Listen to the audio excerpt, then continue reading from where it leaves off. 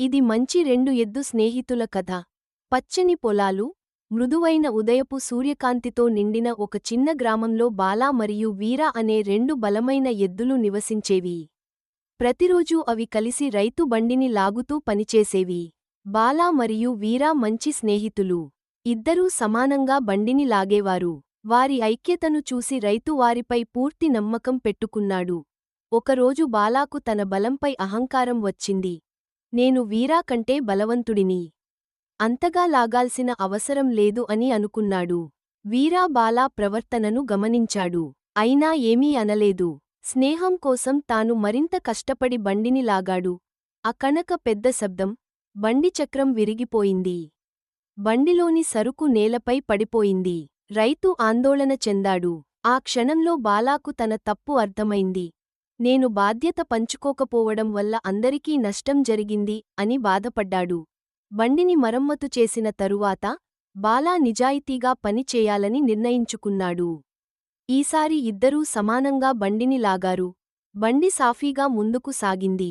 భారం తక్కువగా అనిపించింది. ప్రయాణం ఆనందంగా మారింది. రైతు ఆనందంతో చిరునవ్వు నవ్వాడు. ఇద్దరు ఎద్దులను మృదువుగా తట్టాడు. ఆ రోజు నుంచి రెండు ఎద్దులు ఒక ముఖ్యమైన పాఠం నేర్చుకున్నాయి. ఐక్యత ఉంటే భారం తేలిక అవుతుంది. స్వార్థం మనల్ని బలహీనులను చేస్తుంది. కథ నీతి: ఐక్యతతో పనిచేస్తే ఏ పని అయినా సులభమే.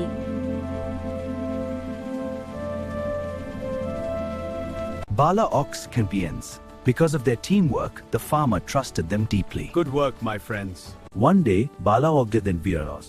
Slowly, why should I pull so hard?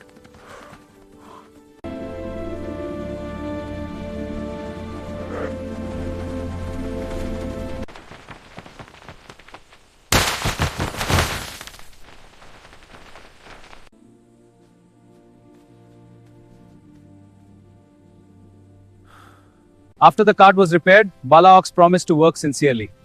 This time, both oxen will pull together with equal strength.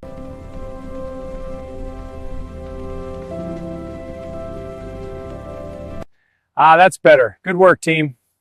Proud of you both. You pulled together perfectly. The two oxen learned a valuable lesson that day.